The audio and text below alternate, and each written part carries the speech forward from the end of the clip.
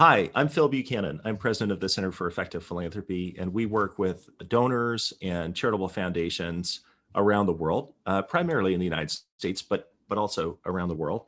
And I'm pleased to be with you today virtually to talk a little bit about what are some of the key things to consider when it comes to family giving, question of how to involve your kids, question of legacy giving. And so to start with the first, I think the trickiest thing maybe to state the obvious is to figure out what your goals are, right? And if you don't define your goals, uh, you're going to be in trouble because you're going to get a lot of requests and you're going to say yes. And you're going to look back at the end of the year or at the end of 2 years, and you're not going to know, well, why did we do this, right? So getting clear on goals is hard because there's so many worthy causes. And there's a lot of false choices that people will suggest, like you should give with your head or give with your heart, but actually you should use your head and your heart. You should think about what's important to you, and then also try to focus on what's effective and really needed.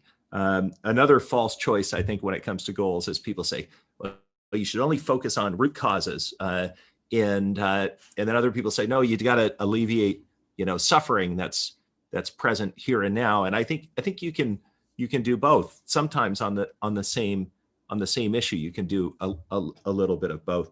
So try to kind of embrace the complexity, reject some of these false dichotomies, and think about goals. And when you do, think about not just what matters to you, but what matters to the communities you care about. What are the people in those communities saying is needed, as opposed to assuming that you can see best what is needed. So it's a process. And of course, the Community Foundation can help you with that process.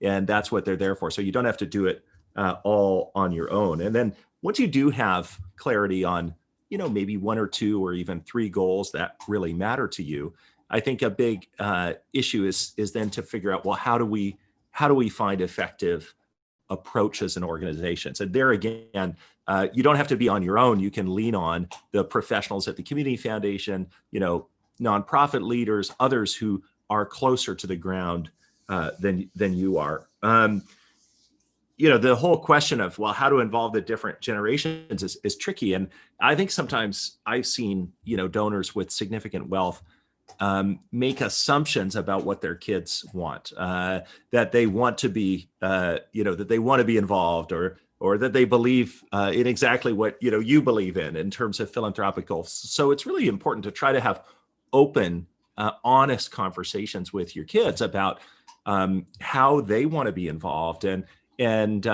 for you to think about how you want to involve your kids, and of course, that brings up another tricky, fraught question, which is how much to leave your kids, as opposed to charitable organizations and philanthropic institutions. What do you want your legacy to be? And here, of course, it's absolutely none of my business what you decide. But my advice would be to try to leave as much for philanthropy as you can, recognizing that is probably both best for the communities you care about and the issues you care about.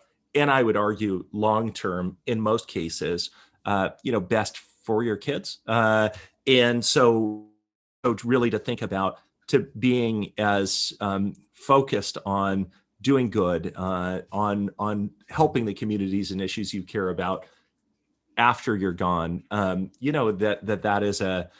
a really empowering choice to make, I think. So I would encourage you to think about that. So those are some reflections. I would say that at the highest level, good giving begins with a recognition of how challenging it is. It's not as easy as deciding where to invest your, retirement account. It is tricky, and it involves some humility to recognize that, so much philanthropy is addressing really the most difficult challenges. And those nonprofits that are working on those issues are staffed by really wonderful people doing good work every day. So I would urge, humility. You're not going to get all the problems solved overnight. You're going to need help and expert counsel, and that's why you're here. which is great, but that you can make a tremendous difference in the lives of others. And I encourage you to do your best to do so. So I thank you for your generosity and your commitment to philanthropy, and for spending a few minutes with me in this virtual format. Thanks so much.